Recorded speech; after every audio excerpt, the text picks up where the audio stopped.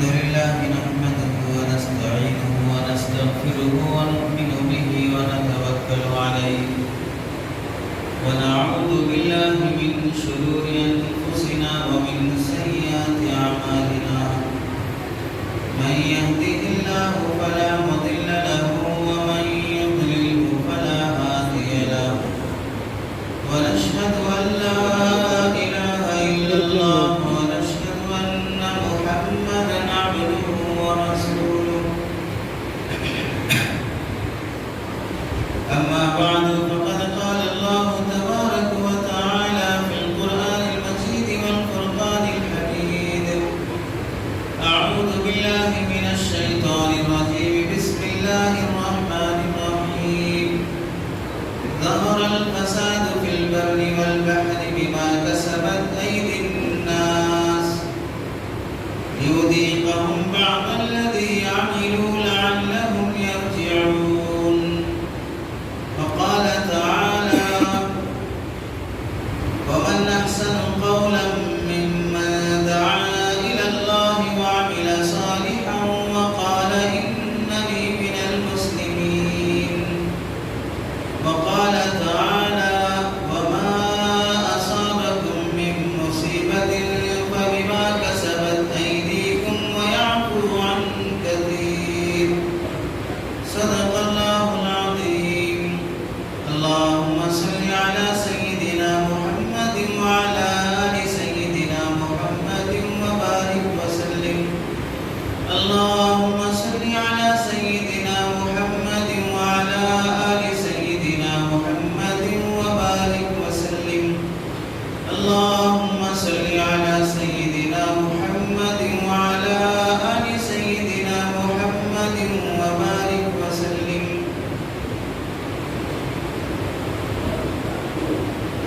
میرے محترم عزیزوں بزرگوں اور دوستوں،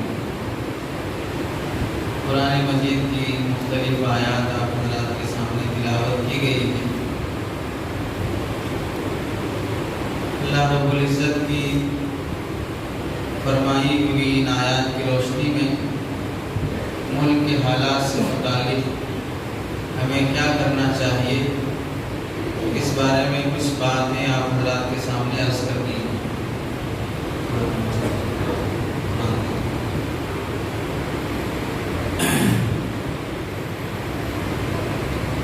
پہلی آیت جو آپ حضرات کے سامنے پڑھی گئی، اس میں اللہ رب العزت ارشاد فرماتے ہیں ظہر الفساد فی البر والبحر بما کسبت ایدی الناس لیذیقہم بعض الذی عملوا لعلہم یرجعون۔ جہاں انسان بستے ہیں زمین پر اور جہاں انسان نہیں بستے ہیں سمندروں میں، جنگلوں میں، پوری کائنات میں کوئی بھی بگاڑ فساد اگر پیدا ہو رہا ہے، فتنے اگر کھڑے ہو رہے ہیں، لڑائی جھگڑے، مار پیٹ، قحط سالی، دشمنیاں، کسی بھی طرح کی بدامنی اگر پھیل رہی ہے تو اس کا سبب کیا ہے، اس کی وجہ کیا ہے؟ اللہ تعالیٰ ارشاد فرماتے ہیں ظہر الفساد فی البر والبحر، پوری دنیا میں فساد برپا ہو چکا ہے، ظاہر ہو چکا ہے، بما کسبت ایدی الناس، لوگوں کی بدعمالیوں کی وجہ سے، لوگوں کی بدعمالیوں کی وجہ سے، ان کی برے اعمال کی وجہ سے۔ ان کی بدعمال دیکھیے، اصل تو اچھے عمل کے بدلے کا محل آخرت ہے، برے عمل کے بدلے کا محل بھی آخرت ہے۔ نیک اعمال کی جزا کی جگہ آخرت ہے اور جنت میں ظاہر ہوگی، اور برے بدعملی کی سزا کی جگہ جہنم ہے، وہ آخرت میں جہنم کے عذاب کی شکل میں ظاہر ہوگی۔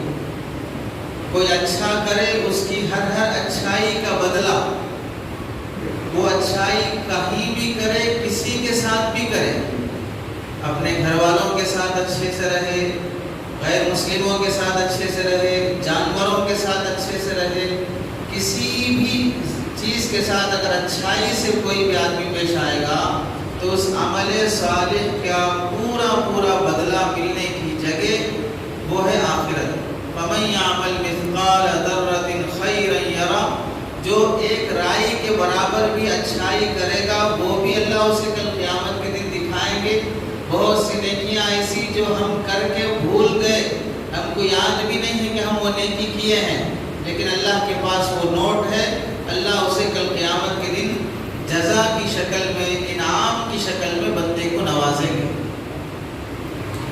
وَمَن يَعْمَلْ مِثْقَالَ ذَرَّةٍ شَرًّا يَرَهُ، اور جو ایک رائی کے برابر بھی برائی کرے گا، خواہ کسی کے ساتھ بھی برائی کرے، پڑوسی کے ساتھ برائی کرے، دکان میں نوکر کے ساتھ برائی کرے، اسکول میں، ہاسپٹل میں، آفس میں، کہیں بھی کسی کے ساتھ بھی کوئی بری حرکت کرے، کوئی نامناسب کام کرے اور ظلم زیادتی کرے، وہ بھی وہ کر کے بھول گیا ہو تو بھی اللہ تعالیٰ اسے محفوظ کر کے رکھیں، کل قیامت کے دن اسے دکھائیں۔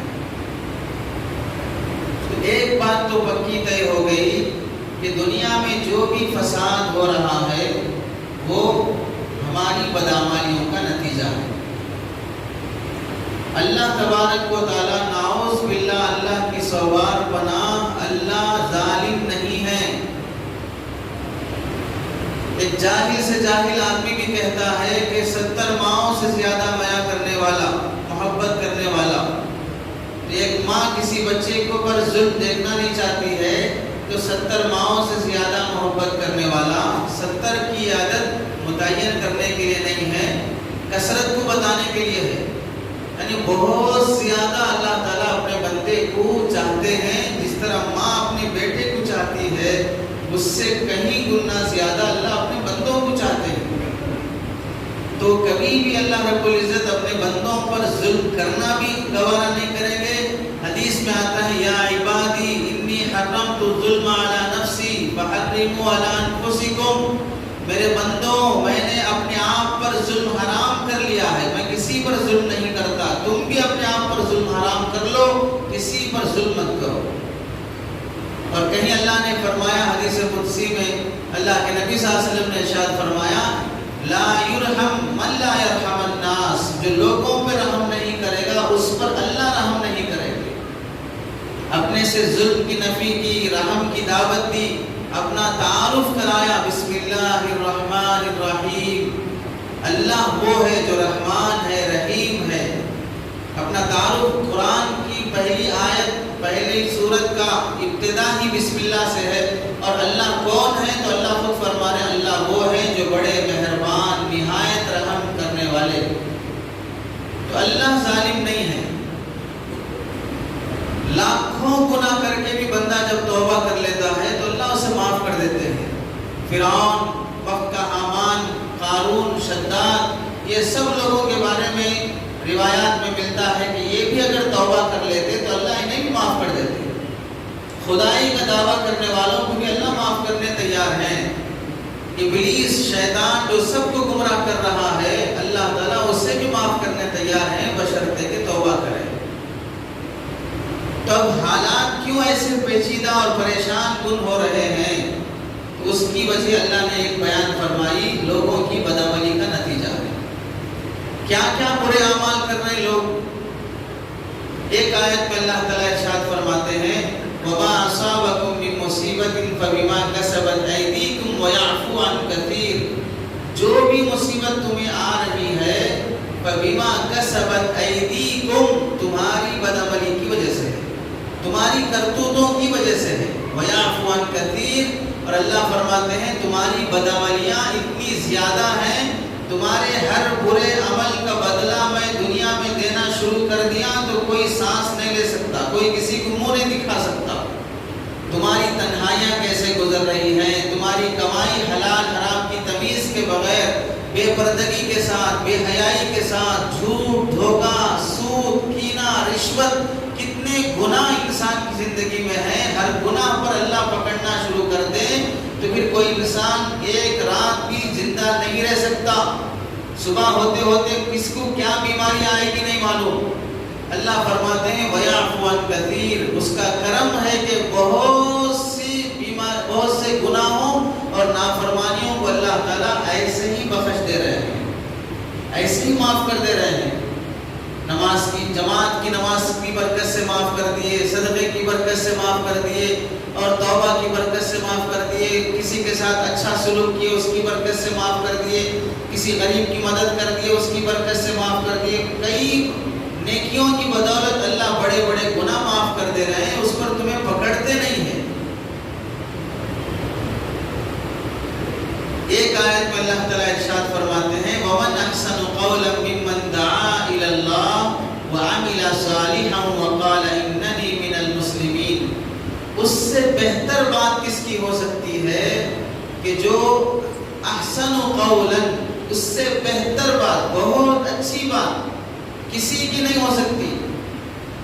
کس کی بات سب سے بہتر ہے؟ دعا الی اللہ، اللہ کے بندوں کو اللہ کی طرف بلائے، اللہ کے بندوں کو اللہ کی طرف بلائے. وعمل صالحا، اور اعمال صالحہ کرے. وقال اننی من المسلمین، اور یہ کہے میں بھی ایک عام مسلمان کی طرح ہوں، اپنی زندگی سے میں مسلمان بن کے دکھاؤں گا، اپنی زندگی سے، رہن سہن سے، میرے جینے سے میں مسلمان بن کے دکھاؤں گا. یہ کہ میں مسلمان ہوں، میرا نام عبداللہ، عبدالرحمن، عبدالرشید، فلاں فلاں، مسلمانوں کا نام رکھ لینا، مسلمانوں کے گھر میں پیدا ہونا، مسلمانوں کے محلے میں جینا، آدھار کارڈ، راشن کارڈ میں اس کا نام مسلمان لکھا جانا، مذہبی اعتبار سے وہ مسلمان شمار ہونا، لیکن اس کی زندگی سے اس بات کا پتہ چلنا کہ مسلمان ہے، اس کے رہن سہن سے پتہ چلنا کہ اللہ اور اس کے رسول کی مان کے جیتا ہے. اللہ فرماتے ہیں اس سے بہتر کسی کی بات نہیں ہو سکتی. اس آیت میں اللہ تعالیٰ ہم کو کئی پیغامات دیے ہیں، ان میں سے ایک اہم پیغام کیا ہے؟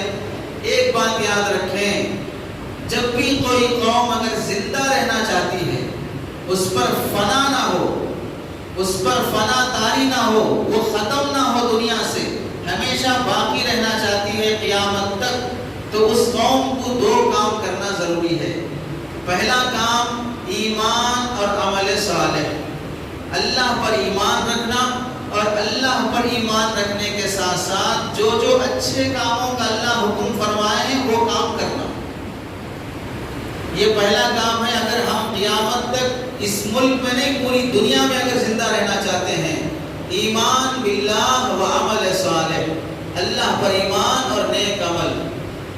اور دوسرا کام ہے دعوت اللہ، اللہ کی طرف لوگوں کو دعوت دینا. برادران وطن، غیر مسلموں کو اسلام کی دعوت دینا. مختلف شکلیں ہیں دعوت دینے کی. ایک بڑا گناہ جو امت نے 100 سالوں سے چھوڑ کے رکھا ہے، کئی دسیوں سال سے، حضرت جی الیاس صاحب رحمۃ اللہ علیہ سے پہلے سے بھی چھوڑ کے رکھا ہے، الیاس صاحب رحمۃ اللہ علیہ کی دعوت کے بعد بھی چھوڑ کے رکھا ہے. دعوت و تبلیغ اگر بولیں گے تو فوراً سب کے ذہنوں میں آتا ہے دعوت و تبلیغ جو مسلمانوں میں کرنے کا کام ہے، نظام الدین سے چلا ہے، الیاس صاحب رحمۃ اللہ علیہ نے شروع کیا ہے، بس یہی دعوت تبلیغ ہے. سب سے بڑی حماقت، بے وقوفی، پاگل پنا جو مسلمانوں میں پیدا ہوا، یہ پیدا ہوا کہ دعوت و تبلیغ کو خاص کر لیے ایک کام کے ساتھ. اس سے انکار نہیں ہے کہ دعوت و تبلیغ جو کام ہو رہا ہے اللہ کا بڑا کرم ہے کہ بہت بڑا کام ہے. اس سے زندگیاں بدلی ہیں، اس سے مسجدیں بنی ہیں، اس سے مدرسے بنے ہیں، علماء پیدا ہوئے ہیں، دین کے بہت سے شعبوں میں ایک جان پیدا ہوئی ہے. اللہ اس کے ذریعے سے بہت خیر عالم میں وجود میں لائے ہیں، اس سے کوئی انکار نہیں ہے. یہ ہے صحیح اور چلے گا بھی اللہ تعالیٰ چاہیں گے تو انشاءاللہ. لیکن مسئلہ دوسری طرف کا ہے کہ ہم اپنے برادران وطن غیر مسلموں کو اسلام کی دعوت دینے کو معمولی سمجھ لیا، اس کی طرف اہمیت ہی نہیں دی. ایک طبقہ تو وہ ہے جو نہ مسلمانوں میں دعوت و تبلیغ کا کام کر رہا ہے اور نہ غیر مسلموں میں دعوت و تبلیغ کا کام کر رہا ہے. الو اور بندر کی طرح دیوار پہ بیٹھ کے دونوں میں انگلیاں کر رہا ہے. انہوں ایسا کر رہے، یہ ایسا کر رہے، یہ جماعت والے ایسا کر رہے، وہ جماعت والے ایسا کر رہے، انہوں ایسا کر رہے. صرف بولتے رہنا، عیب نکالتے رہنا. تم کیا کر رہے ہو؟ کچھ نہیں کر رہے ہو.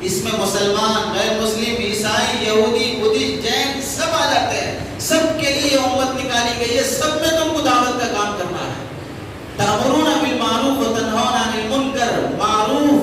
معروف کہتے ہیں نیکی کو، بھلائی کو، اور منکر کہتے ہیں برائی کو.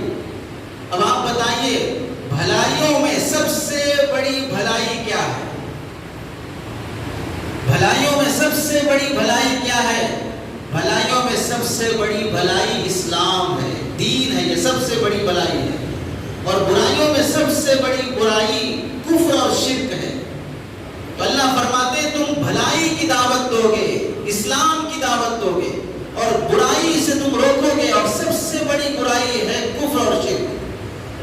یہ آیت خود بتاتی ہے کہ غیر مسلموں میں دعوت کے لیے تمہیں بھیجا گیا ہے، اور اس معروف کے تحت میں اسلام کے اندر جتنی بھلائیاں سب اس میں داخل ہیں.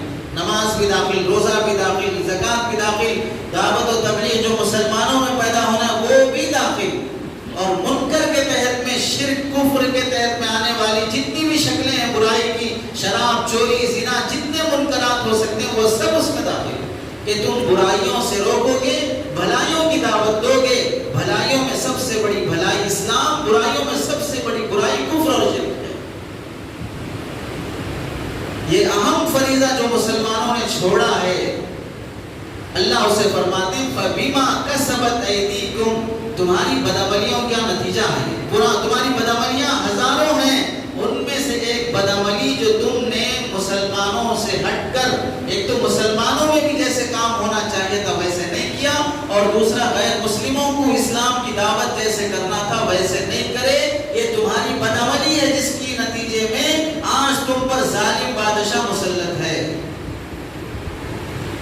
آج تم پر ظالم حکمران مسلط ہے. ہماری بستی کا، ہمارے گاؤں کا، ہمارے شہر کا MLA ہے، کاؤنسلر ہے، فلاں ہے، فلاں ہے. اس کے پاس ہم جائیں گے کہ صاحب سڑکیں بنا دیجئے، صاحب تھوڑا ہمارے یہاں کرنٹ صحیح سپلائی نہیں ہو رہا ہے، تھوڑا کرنٹ کی لائن صحیح کرائیے، صاحب ہمارے پاس نالے صحیح نہیں ہے، تھوڑا صحیح کرا دیجئے. اور وہ لوگ، وہ غیر مسلم ہیں، اس کے پاس اپنے نالے کے مسائل، اس کے پاس اپنی گلی اور سڑک کے مسائل، اس کے پاس اپنی بجلی اور کرنٹ کے مسائل لے کے جا رہے ہو. مسلمان تم غیر مسلم کے پاس اپنے نالے اور سڑک کے مسائل لے کے جانے والے، کبھی تجھے عقل میں اتنی بات نہیں آئی کہ آج میں اپنے کاؤنسلر سے میرے مسئلے کی خاطر نہیں، اس کے مسئلے کی خاطر ملوں گا کہ صاحب آپ کے آخرت کا مسئلہ ہے، آپ کی جہنم کا مسئلہ ہے، آپ کی دوزخ اور قبر کا مسئلہ ہے. آج میں آپ کے پاس نالے اور سڑک کا مسئلہ لے کے نہیں آیا ہوں، آپ کے پاس آپ کی دوزخ، آپ کی جنت اور جہنم کا مسئلہ لے کے آیا ہوں کہ مرنے کے بعد آپ کے ساتھ کیا ہوگا. آپ کو اسلام کی دعوت دینے کے لیے آیا ہوں. آپ اونر ہیں، آپ کی ہوٹل چلتی ہے، آپ کی آفس چلتی ہے، آپ کی دکان چلتی ہے، آپ بڑے بزنس مین اور کاروباری ہیں، اور آپ بڑے ٹیچر اور پروفیسر ہیں. آپ کے پاس کتنے لوگ کام کرتے ہیں، آپ بڑے دکاندار ہیں، ہول سیل آپ کا کاروبار ہے. آپ خود بے شرم ہو کر کہتے ہو میرے پاس میرے گراہک اور گاہک مسلمانوں سے زیادہ غیر مسلم ہیں، ان سے میری دکان چلتی ہے. تمہاری روزی غیر مسلموں سے چل رہی ہے. کبھی تمہیں عقل میں آیا کہ جتنے غیر مسلم میری دکان سے سودا خرید رہے ہیں، آج تک ان میں سے میں نے کسی کو اسلام کا سودا نہیں دیا ہوں، کبھی ان کو میں نے دین کا سودا نہیں دیا ہوں، ان سے کوئی خیر اور بھلائی کی بات اللہ اور اس کے رسول کا پیغام ان کے سامنے پیش نہیں کیا. نوکر وقت پہ نہیں آیا تو ڈانٹتا ہوں، نوکر صحیح کام نہیں کیا تو ڈانٹتا ہوں، نوکر وقت سے پہلے قرضہ مانگ لے، تنخواہ سیلری مانگ لے تو ڈانٹتا ہوں. آج تک وہ کلمہ نہیں پڑھا ہے، نماز نہیں پڑھا ہے، اسلام اور اللہ اور اس کے رسول کو جانتا نہیں ہے. کبھی مجھے غصہ نہیں آیا، کبھی مجھے غیرت نہیں آئی. آج تمہارے پاس کام کرنے والا ہے نوکر، کل تمہیں قیامت کے دن جب اللہ اسے جہنم کا فیصلہ کرنے لگے، وہ اللہ سے یہ فرمائے کہ اللہ میں اس کے ساتھ 20 سال کام کیا، میں اس کے پاس 30 سال کام کیا، نوکر بنا رہا، جو آرڈر دیتا وہ کرتا، جو آرڈر دیتا وہ کرتا، رات کے 12 بجے بلا کے بھی کام لیتا تو کام کرتا. اگر ایک بار مجھے یہ اسلام کا آرڈر دیتا تو میں کلمہ پڑھ لیتا، لیکن کبھی مجھے اس نے اسلام کی دعوت نہیں دی. اس کی غلطی ہے تو کیا منہ دکھاؤ گے اللہ کے سامنے؟ تم اپنا گھر بنانا چاہتے ہو تو میستری اور کام کرنے والے سب بیلدار غیر مسلم ہیں، ان سے اپنے گھر کی تعمیر کرا رہے ہو. 6 مہینے تک وہ تمہاری گھر کی تعمیر اسے چائے پلا رہے ہو، اسے کھلا رہے ہو، کبھی ایک دن تمہیں خیال نہیں آیا کہ آج اس کے ساتھ بیٹھ کر محبت سے اسلام سمجھاؤں گا، اللہ اور اس کا رسول اسے سمجھاؤں گا، یہ تمہارا دنیا کا گھر بنا رہا ہے، کل قیامت کے دن وہ تمہاری آخرت کا گھر بنتے وقت اور تمہارے آخرت کے گھر جنت میں جاتے وقت وہ اللہ سے پوچھ لے کہ اللہ میں نے دنیا میں اس کا گھر بنایا اور یہ جانتا تھا کہ میرا مکان آخرت میں جہنم ہے، لیکن اس نے میرے مکان کی خیال نہیں کیا، فکر نہیں کیا، آج اسے بھی میرے ساتھ تو جہنم میں بھیج دو، کیا وہ دکھاؤ گے اللہ؟ کتنا بڑا جرم ہے مسلمان کا جو اسلام کی دعوت چھوڑ کے بیٹھا ہے۔ ڈرتے ہیں کیا سمجھیں گے ہم اگر اسے کلمہ کی دعوت دیں گے، اسے توحید کی دعوت دیں گے، بے شرم ہو کر پکچر کو اور فلم دکھانے کی دعوت دیتے ہو تو شرم نہیں آتی، شراب پینے کے لیے بلاتے ہو تو شرم نہیں آتی ہے، اور دوسرے گناہوں کی طرف بلاتے ہو اپنے دوستوں کو۔ کتنے دوستوں کا سرکل ہے، کالج میں غیر مسلم دوست ہیں، آفس میں غیر مسلم دوست ہیں، پارٹیوں پہ پارٹیاں کرتے ہیں، ان میں جب غیر مسلموں کو تم انوائٹ کرتے ہو اپنی برتھ ڈے میں، فلاں میں، جنم دن کے اور مرنے کے وقت، جینے کے وقت، ہر پریشانی میں کوئی نہ کوئی پارٹیاں بنا لیتے ہو، اس وقت تمہیں دعوت دیتے ہوئے شرم نہیں آتی ہے؟ صرف اللہ اور اس کے رسول کی بات سناتے وقت شرم آتی ہے، اور یہ سوچتے کیا سمجھیں گے، کیا ہو جائے گا؟ تاریخ پڑھ کے دیکھو، سرکار دو عالم صلی اللہ علیہ وسلم جس زمانے میں دنیا میں تشریف لائے، دین کی دعوت دیے، اسلام کا پیغام عام فرمائے، ماحول کیسے تھا؟ لوگ دسیوں عورتوں سے زنا کا تعلق قائم کر کے کعبے کے غلاف پر لٹکاتے تھے اپنی بے حیائی اور فحاشی کو، میں نے اتنی عورتوں کے ساتھ زنا کیا۔ یہ فخر محسوس کیا جاتا تھا زمانے جاہلیت میں، کعبے کا ننگا طواف کیا جاتا تھا۔ ایسی بے حیائی، شراب، سالوں کی شراب 3 وقت ان کے پاس پی جاتی تھی، ناشتہ، دوپہر کھانا، جیسے ان کے مخوں پر پارٹیوں میں شراب تو فخر کی چیز، کسی کے پاس 100 سال پرانی شراب رکھی ہوئی رہتی تھی۔ جنگیں، چھوٹی چھوٹی بات پر لڑنا، قتل، غارت گیری، بیٹیوں کو زندہ دفن کر دینا، انسانیت مر چکی تھی، کوئی حکمران ان پر حکمرانی کرنے کے لیے تیار نہیں تھا۔ قیصر و کسریٰ، روم و فارس، امریکہ اور روس، بڑے بڑے سلاطین ہند اس وقت کعبے پر، مکے پر حکومت کرنے سے ڈرتے تھے کہ ان جاہلوں پر حکومت کرنا بیکار ہے۔ ایسے درندہ صفت انسانوں میں، ایسی برائیاں جب عام تھی تو اللہ کے نبی صلی اللہ علیہ وسلم دنیا میں تشریف لائے، اپنے اخلاق سے، اپنے کردار سے، اپنی گفتگو سے، قرآن مجید کی تلاوت سے، اور صحابہ کو انسانیت کی دعوت دے کر نفرتوں کو ختم کر کے ایسا ماحول پیدا کیا کہ اب وہ لوگ جو چھوٹی چھوٹی باتوں پر جنگیں اور لڑائیاں نسلوں تک چلاتے تھے، اپنے باپ کے قاتل کو بھی معاف کرنے تیار ہیں، اپنی پراپرٹیوں میں حصہ دینے تیار ہیں۔ ایسا انسانیت نمونہ اللہ کے نبی صلی اللہ علیہ وسلم نے پیدا فرمایا کہ اب ساری دنیا حیران ہے، عیسائی ہو، یہودی ہو، سب حیران ہیں کہ وہ لوگ جو جن پر کوئی دوسرا حکومت کرنے تیار نہیں تھا، اسی میں کا ایک انسان حضرت عمر رضی اللہ عنہ پوری دنیا پہ حکومت کر رہا ہے، جسے اونٹ چلانا نہیں آتا تھا وہ دنیا کی قیادت سنبھال رہے ہیں، جو انسان کے پیاسے تھے وہ جانوروں تک کو بھوکا پیاسا مرتا ہوا دیکھ کر ان پر رحم کھا رہے ہیں، جو بھائی کے دشمن تھے وہ دشمنوں کو اپنے گلے سے لگا رہے اور انہیں اپنا بھائی بنا رہے ہیں۔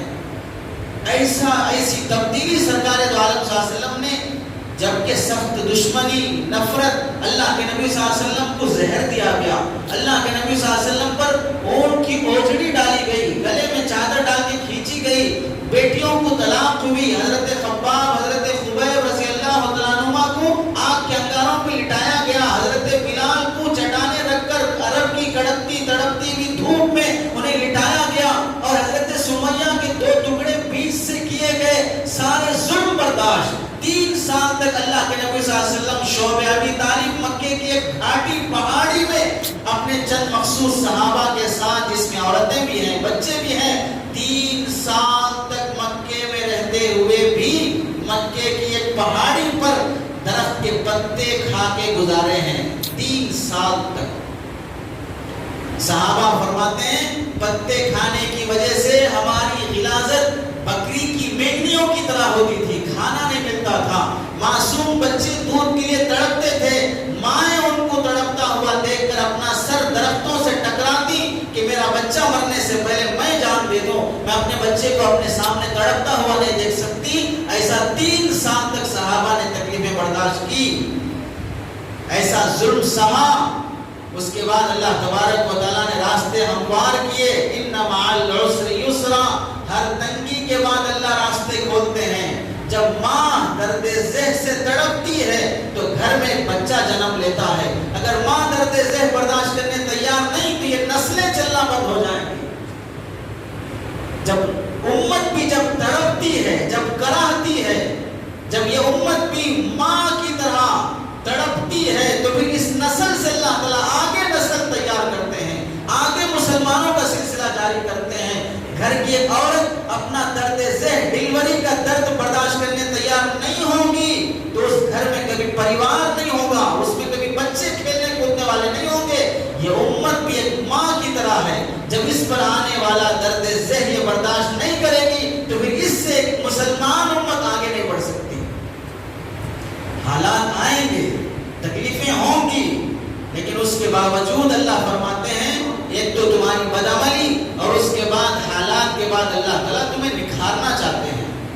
رات کا اندھیرا جب چھاتا ہے تو کوئی اس اندھیرے میں پیدا ہو کر اندھیرے کو دیکھ کر یہ بول سکتا ہے کیا اس کے بعد اجالا آئے گا؟ جس نے دن نہیں دیکھا وہ رات کو دیکھ کر کبھی دن کی امید نہیں کر سکتا، اور جس نے رات نہیں دیکھی وہ دن دیکھنے کے بعد کبھی یہ سوچ بھی نہیں سکتا کہ یہاں اندھیرا بھی چھا جائے گا۔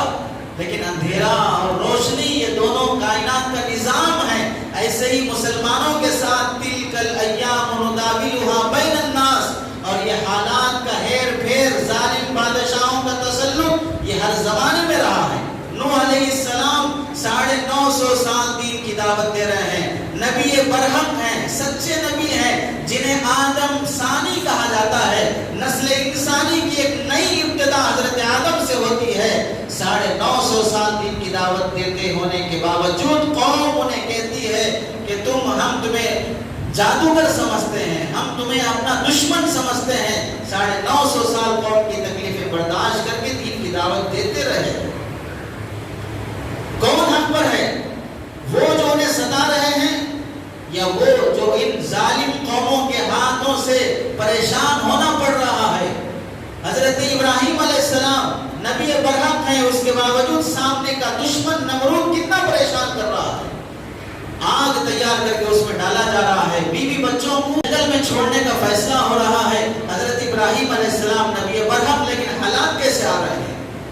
حضرت موسیٰ علیہ السلام نبی برحق ہیں، ان کی قوم سچی قوم تھی اپنے زمانے کی، اس کے باوجود فرعون کو جب یہ خبر ملی کہ میری سلطنت میں ایک بچہ پیدا ہوگا جو میری سلطنت کو ختم کر دے گا، تو اس نے تقریباً تفسیر کی مختلف روایات کے مطابق 4 لاکھ بچوں کو کاٹ دیا۔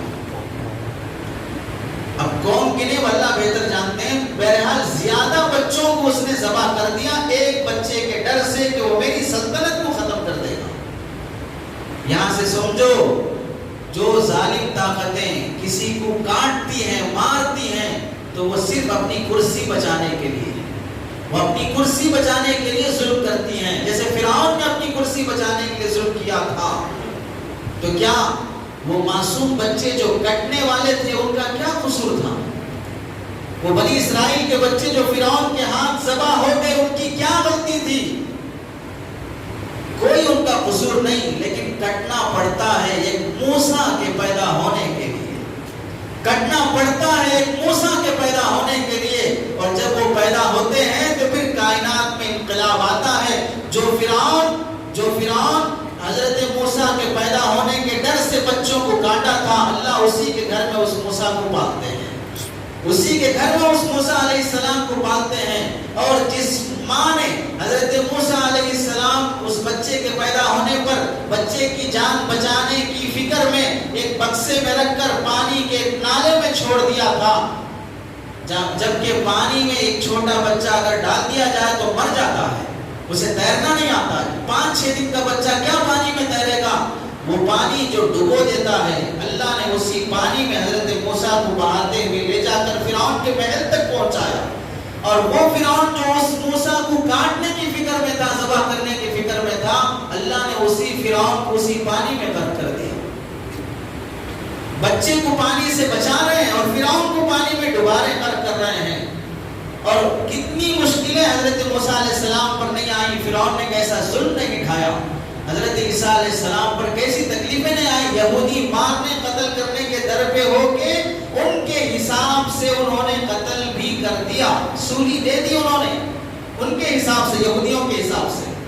اور اسلام کا کرشمہ یہ ہے کہ اللہ نے حضرت عیسیٰ کو آسمانوں پر اٹھا لیا اور ابھی زندہ ہیں اور قیامت کے قریب آئیں گے۔ تو ہر دور میں مسلمانوں پر حالات آئے ہیں، نبیوں پر حالات آئے ہیں، صحابہ پر حالات آئے ہیں۔ حضرت ابو ذر اسلام قبول کرنے کے لیے آئے، کلمہ پڑھے، 2-3 دن تک گھومتے رہے کہ نبی کو جانو یہ کیسے ہیں کیسے ہیں۔ جب پتہ چل گیا سچے نبی ہیں، کلمہ پڑھا، اللہ کے نبی نے فرمایا ابو ذر ابھی ظاہر نہ کرو اپنا اسلام، لیکن جذبہ ایسا تھا، کلمہ پڑھ کے باہر آئے اور کعبے کے سامنے کھڑے ہو کر لا الہ الا اللہ محمد رسول اللہ کہا، مکے کے کافر ٹوٹ پڑے اور خوب مارنے لگے۔ حضرت عباس رضی اللہ تعالیٰ نے آ کے سب کو ہٹایا اور کہا یہ ابو ذر غفاری قبیلے کا ہے، تمہیں ملک شام جانے کے لیے ان کے گاؤں پر سے گزرنا پڑتا ہے، اگر ان کے گاؤں والوں کو معلوم ہوا تم ہمارے گاؤں کے آدمی کو مارے تو پھر تمہاری تجارت رک جائے گی۔ 2-3 دن تک پٹائی ہوئی، ایسا مار کھانے پڑے کلمہ پڑھنے پر، آنکھ بجھ جاتی تھی جسم کی چربی سے، آنکھ بجھ جاتی تھی جسم کی چربی سے، ایسا جلنا پڑا۔ عرب کی تپتی ہوئی دھوپ پر ظالم ظلم کرتے کرتے تھک جاتے تھے، لیکن حضرت بلال کی زبان سے کلمہ توحید کے علاوہ کچھ اور نہیں نکلتا تھا۔ یہ ساری پریشانیاں آنے کے بعد اللہ تعالیٰ نے صحابہ کو وہ ترقی دی کہ اب وہ جنگل میں جا کے کہتے ہیں کہ جنگل کے درندوں، ہم اللہ کے نبی کے صحابی ہیں، تم یہ جنگل خالی کرو، ہم یہاں پڑاؤ ڈالنا چاہتے ہیں۔ تو جنگل کے درندے اپنا مسکن چھوڑ دیتے ہیں۔ حضرت سفینہ جنگل میں راستہ بھول جاتے ہیں تو شیر سامنے آتا ہے، تو حضرت سفینہ شیر سے کہتے ہیں کہ میں نبی کا صحابی ہوں، میں راستہ بھول گیا، مجھے منزل دکھا۔ تو شیر تم ہلاتے ہوئے صحابہ کے قافلے تک ایک نوکر بن کے حضرت سفینہ کو لا کے چھوڑ کے جاتا ہے۔ سمندر جسے پار کرنے کے لیے کشتیاں نہیں ہیں، اس سمندر سے کہتے ہیں کہ اگر تو اللہ کے حکم سے چلتا ہے تو ہمیں پار کرا دے۔ کشتیوں کے خالی ہو کر صحابہ ننگے پیر دریا میں کود پڑتے ہیں، کسی کے پیروں کو تری تک نہیں لگتی ہے، وہ راستے کی خشکی کی طرح گزر جاتے ہیں۔ یہ کب ہوا؟ جب ان میں سے کوئی تڑپا ہے، کوئی مرا ہے، کوئی شہید ہوا ہے، کوئی جان کی کوئی مال کی قربانی دی ہے۔ اسلام مٹنے کے لیے نہیں آیا۔ هو الذي ارسل رسوله بالهدى ودين الحق ليظهره على الدين كله۔ یہ اسلام، یہ رسول، یہ انبیاء، یہ کتاب اس واسطے آئی ہے سارے دینوں پر غالب آ کے رہے گی۔ اسلام زندہ ہو کے رہے گا۔ مسلمان نشانے پہ ہوں، اسلام نشانے پہ ہوں، زمانے کے فرق کے حساب سے کبھی مسلمان نشانے پہ ہوتا ہے، کبھی اسلام نشانے پہ ہوتا ہے، لیکن یاد رکھو نہ ہندوستان سے اسلام مٹے گا، نہ دنیا کے کسی خطے سے اسلام مٹے گا۔ اگر مٹے گا تو مسلمان مٹے گا۔ یہ جب تک مسلمان نہیں ہے تو پھر اس کا مٹنا طے ہے۔ اگر ان حالات کے باوجود بھی ابھی سدھرنے کو تیار نہیں ہے، جاگنے کو تیار نہیں ہے، تو پھر مٹنا طے ہے، تو پھر مرنا طے ہے، تو پھر کٹنا طے ہے۔ اب بھی اگر سوتے رہے، اب بھی اگر جھگڑوں میں رہے، اب بھی اگر حرام خوری میں رہے، رشوت اور سود میں رہے، اب بھی اگر فاصلے قائم کر کے رکھے رہے، تو غیر میں فلاں، تو ہندو میں مسلمان، اسے دعوت دینے تیار نہیں، اسے دوستی کر کے قریب لانے تیار نہیں، ان کی پارٹیوں میں شریک ہو رہے ہیں، انہیں اپنی مسجدوں میں نہیں بلا رہے، انہیں اپنے مدرسوں میں نہیں بلا رہے ہیں، انہیں اسلام کی حقانیت سمجھانے کے لیے انگریزی میں، تیلگو میں قرآن اور دین اور اسلام کی کتابیں پرنٹ کرا کے تقسیم نہیں کرا رہے ہیں۔ کوئی کمپٹیشن، کوئی مناظرہ، کوئی ایسا پروگرام، کوئی پروگرام جو سیرت پر، اسلام کی حقانیت پر نہیں کرا رہے، اپنے عمل سے، اپنے اخلاق سے، اپنی تجارت سے اسلام کا پیغام عام نہیں کر رہے ہیں، تو پھر سمجھ لو وما اصابکم من مصیبت فبما کسبت ایدیکم، یہ مصیبتیں، یہ حالات، یہ بل پاس وغیرہ کا سب چیزیں پاس ہونا، NRC کا ہونا، یہ سب کا سب تمہاری بدعملی کا نتیجہ ہے۔ تم سے پوچھو گی اگر تم اسلام کی آب و ہوا عام کرتے، اسلامی معاشرہ قائم کرتے، تمہیں دیکھ کر تمہاری دکان پہ آنے والا گاہک آٹے اور سودے کے ساتھ وہ کلمہ بھی لے کے جاتا، تو پھر آج یہ تشدد، آج یہ فرقہ واریت، آج یہ مسلمانوں کے اسلام کی دشمنی نہیں ہوتی تھی۔ یہ نفرتیں کبھی کی ختم ہو گئی ہوتی جب ہم محبت کا پیغام عام کرتے ہیں۔ ہم لڑنے مرنے پہ تلے رہے، ہم اپنے بھائی بھائی کا دشمن بنا رہا، اور یہ بھی یاد رکھو گاؤں سے نکال دیں گے، بستی سے نکال دیں گے، ہندوستان سے نکال دیں گے، یہ بہت پرانی باتیں ہیں، یہ کوئی نئی بات نہیں ہے۔ قرآن مجید میں اللہ تبارک و تعالیٰ ارشاد فرماتے ہیں ایک جگہ پر اس سے پہلے جو ظالم طاقتیں آئی ہیں ان ظالم طاقتوں کا اللہ تعالیٰ ذکر کرتے ہوئے فرماتے ہیں کہ اس سے پہلے بھی ایسے لوگ آئے ہیں جو یہ کہتے رہے کہ ہم تمہیں اپنی بستی سے گاؤں سے خالی کر دیں گے۔ دیکھیے قرآن مجید میں ایک جگہ اللہ ارشاد فرماتے ہیں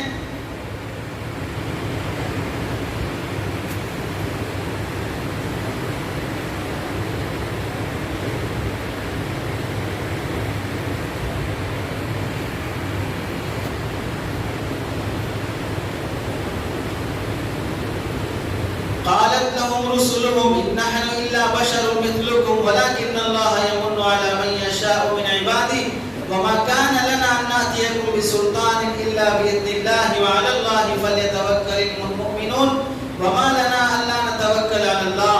آگے فرماتے ہیں وقال الذين كفروا لرسلهم، کافر اپنے رسولوں سے کہنے لگے لنخرجنكم من أرضنا، ہم تمہیں اپنی زمین سے نکال دیں گے، او لتعودن فی ملتنا، یا تم واپس ہمارے مذہب کو قبول کر لو۔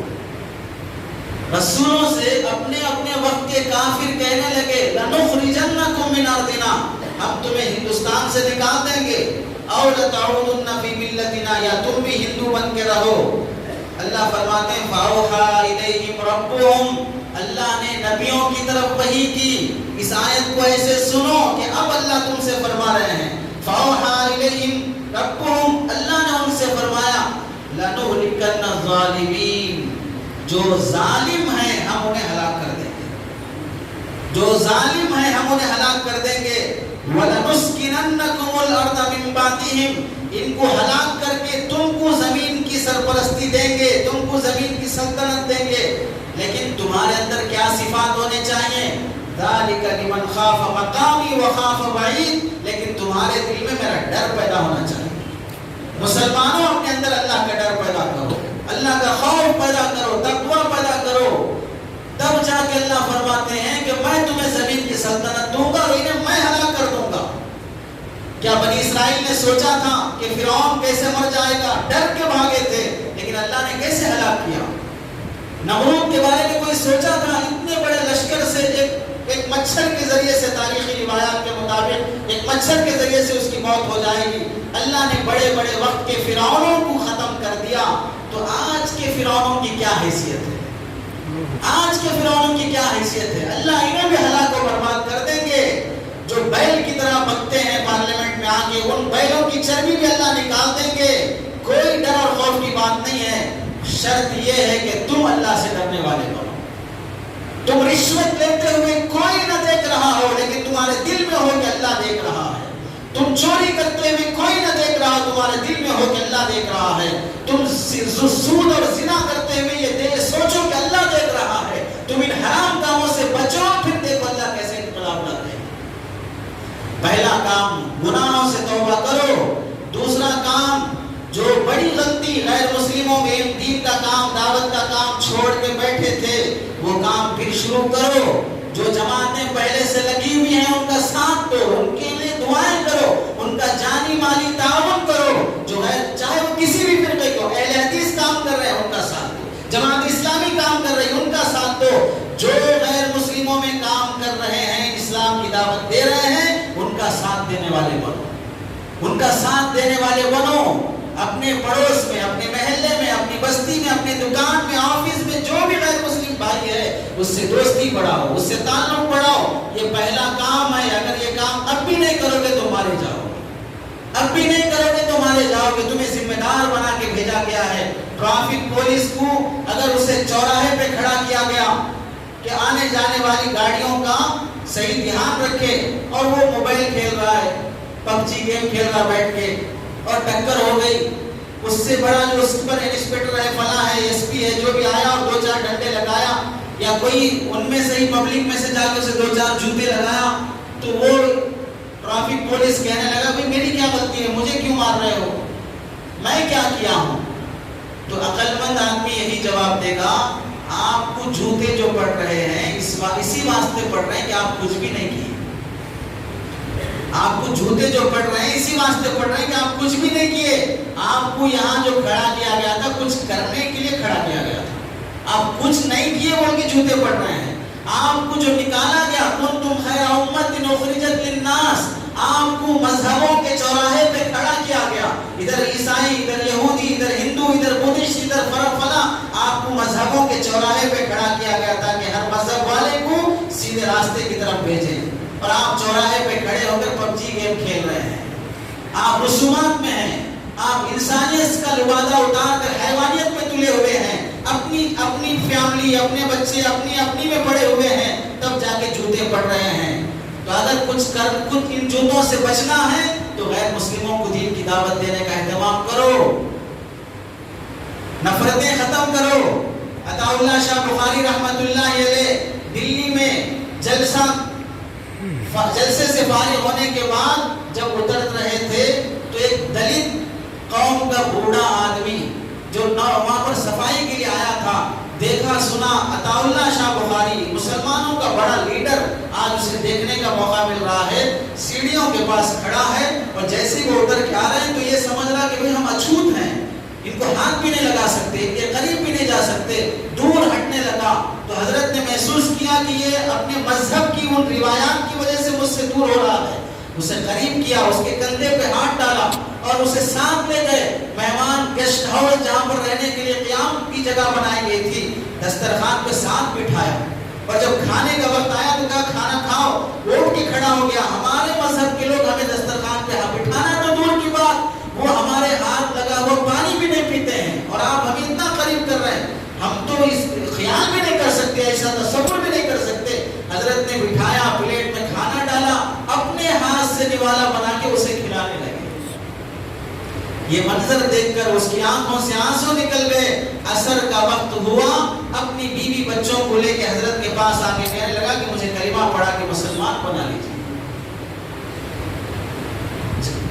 حجت بازی سے، دلائل پیش کرنے سے، یہ آیت رامائن کی، سیتا کی، گیتا کا وہ منتر پڑھ کے سنانے سے بھی زیادہ اپنے اندر اخلاق پیدا کرو۔ تمہیں کسی منتر کی یاد کرنے کی ضرورت نہیں پڑے گی، تمہیں کسی جنتر کی ضرورت نہیں پڑے گی، وہ پڑھ کے اسے دعوت دے رہے، یہ پڑھ کے اسے دعوت دے رہے، صحیح اپنی جگہ پر، اس سے زیادہ اخلاق کی ضرورت ہے۔ اپنے محلے میں، بستی میں رہنے والے ہر غیر مسلم کو اخلاق سے قریب کرو۔ اور دوسری اہم بات آپ حضرات سے کہنا ہے، جو یہ شہریت تبدیلی کا بل جو پاس ہوا ہے، ہمارے دیش کے بہت بڑے عقل مندوں کی طرف سے جو یہ بل پاس کیا گیا ہے، ان کی عقل مندی کا کوئی نمونہ ساری دنیا میں ہے ہی نہیں ہے۔ جو عقل مندی آج کل پارلیمنٹ میں پیش ہو رہی ہے، ایسی عقل اللہ کسی اور کو نہ دے، ایسی عقل اللہ کسی اور کو نہ دے۔ ایسے موقع پر ہمیں کرنا کیا چاہیے؟ ہر مسلمان یہی پوچھتا ہے بھائی ہمارے علماء کیا کر رہے، ہمارے لیڈر کیا کر رہے، ہمارے فلاں کیا کر رہے، چلتے پھرتے ہر ایک کے ذہن میں رہتا۔ اگر آپ فرض کر لو تھوڑی دیر کے لیے مجھے لیڈر مانتے ہیں، تو میں آپ سے پوچھ رہا ہوں آپ کیا کر رہے، لیڈر کیا کر رہے، لیڈر کیا کر رہے پوچھ رہے، میں پوچھتا ہوں آپ کیا کر رہے۔ یہ حماقت کا سوال ہے، ہمارے لیڈر کیا کر رہے، ہمارے لیڈر کیا کر رہے۔ جو لیڈر ہے ہمارا وہ کر رہا ہے، چاہے وہ سیاسی لیڈر ہو یا مذہبی لیڈر ہو۔ سیاسی لیڈر ہم اسے سلام کرتے ہیں جس نے پارلیمنٹ میں اپنی بات پوری قوت اور جوامردی ہمت کے ساتھ پیش کر کے اس نے اپنا بل جو پھاڑ کے اپنی جوامردی دکھائی، ہم اسے سلام کرتے ہیں۔ جو کرنا تھا اس نے کیا۔ اور ہمارے مذہبی لیڈر، ہمارے علماء، جمعیت العلماء اور دیگر جتنی بھی تنظیموں کے لیڈر ہیں، جو کرنا ہے بل کی مخالفت میں وہ کر رہے ہیں، ہم انہیں بھی سلام کرتے ہیں۔ تمہیں کرنا کیا چاہیے، تمہارا کیا کام ہے، وہ دیکھو، وہ سوچو۔ تمہارا کام یہی ہے کہ غیر مسلموں میں دعوت کا کام عام کرو، تمہارا کام یہی ہے کہ گناہوں سے توبہ کر کے اللہ کی طرف لوٹنا شروع کرو، تمہارا کام یہ ہے کہ اب کرنے کا کام جو ڈاکومنٹس تمہارے پاس ہونے چاہیے، وہ 14 ڈاکومنٹس ہیں جو ہر ملک کے باشندے کے پاس ہونے چاہیے۔ وقت زیادہ ہو گیا ورنہ میں آپ کو سناتا ہوں، بہت سے واٹس ایپوں پہ بھی چل رہا ہے۔ 14 ڈاکومنٹس ہیں جو ہر شہر کے باشندے کے پاس ہونا چاہیے، وہ سب صحیح اسپیلنگ کے ساتھ اپنے پاس تیار کر کے رکھو۔ مسجد کی کمیٹیوں کو اور جتنی تنظیمیں چل رہی ہیں ان سے ہاتھ جوڑ کے درخواست کر رہا ہوں، اپنی بے حسی ختم کرو۔ مسجدوں میں، اسکولوں میں کیمپ لگا کے جو مسلمان جو اپنا ڈاکومنٹس تیار نہیں کر سکتے، کہاں کیا لکھنا چاہیے انہیں نہیں آتا، ایسے مسلمانوں کو ان کا ڈاکومنٹس تیار کر کے دینے میں مدد کرو۔ یہ بے وقوفی کب ختم ہوگی، کس کے پیر پڑنے پڑیں گے سمجھ میں نہیں آ رہا ہے، کہ کرنے کے کام یہ کرو۔ باقی بل پاس ہوا، جو آگے ہوگا وہ ہوگا۔ اگر خدا نخواستہ 21 کروڑ مسلمانوں میں سے 50 لاکھ یا 1 کروڑ مسلمان NRC میں خارج ہو گئے، نکل بھی گئے، تو کیا باقی 20 کروڑ مسلمانوں میں سے غیرت انسانیت مر گئی؟ ہم ان کا خیال نہیں کریں گے، ہم ان کی مدد نہیں کریں گے؟ ابھی سے ڈرنے خوف کرنے کی بات کیا ہے؟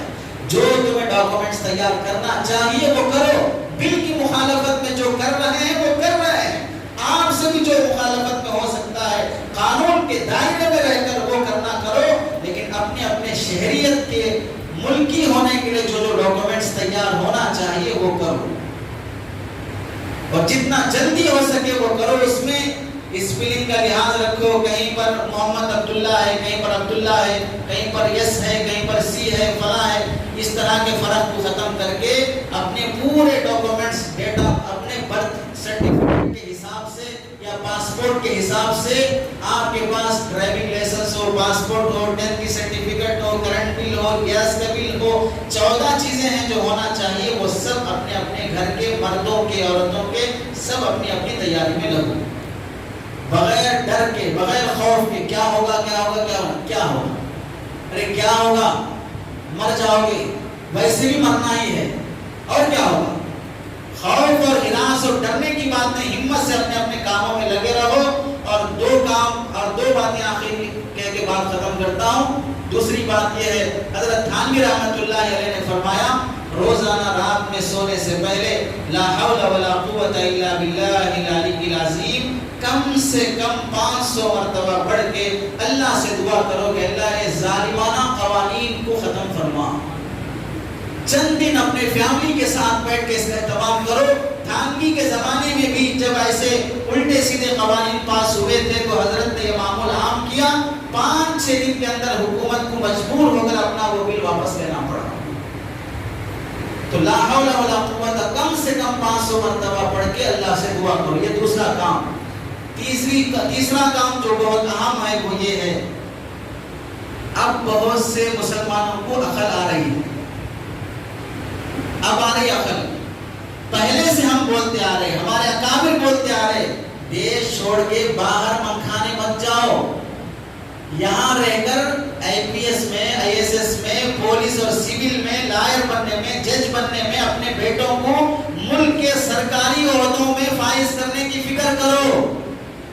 اب آ رہا دماغ میں کہ ہمارے بچوں کو بھی IPS پڑھنا چاہیے تھا، IAS بننا چاہیے تھا، وکیل، لائر، جج بننا چاہیے تھا، ممبر آف پارلیمنٹ بننا چاہیے تھا، تو ہم بھی سیاست کا حصہ ہوتے تو پھر ایسی احمقانہ حرکتیں نہیں ہوتی۔ تھوڑا پڑھے باہر بھاگے، تھوڑا پڑھے باہر بھاگے۔ اب وہاں کی نیشنلٹی ملے گی اور یہاں کی نیشنلٹی پہ خطرہ ہے، تم وہاں کا گرین کارڈ کیا حاصل کرو گے، یہاں کی گرین کارڈ پہ تمہیں خطرہ لاگو ہو رہا ہے۔ اب سمجھ میں آ رہا کہ مسلمان ایجوکیٹڈ ہونا چاہیے، ہمارے کالجز بہت بھاری بھاری ہونا چاہیے۔ کتنے انجینئرنگ کے کالج بند ہوتے جا رہے ہیں، اور برادران وطن غیر مسلموں کے کالج اپنی جگہ ترقی پہ چل رہے ہیں، اور مسلمان پارٹنرشپ میں یہ کھا لیا، وہ کھا لیا، یہ مر گیا، وہ مر گیا، اسی جھگڑوں میں کالجز بند ہوتے جا رہے ہیں۔ اپنے بچوں کو سول ڈپارٹمنٹ کا حصہ بنانا، اپنے بچوں کو حکومت کی مشن کا حصہ بنانا، دیش میں رہ کر دیش کا حصہ بن کے کام کرنا اب عقل میں آ رہا ہے۔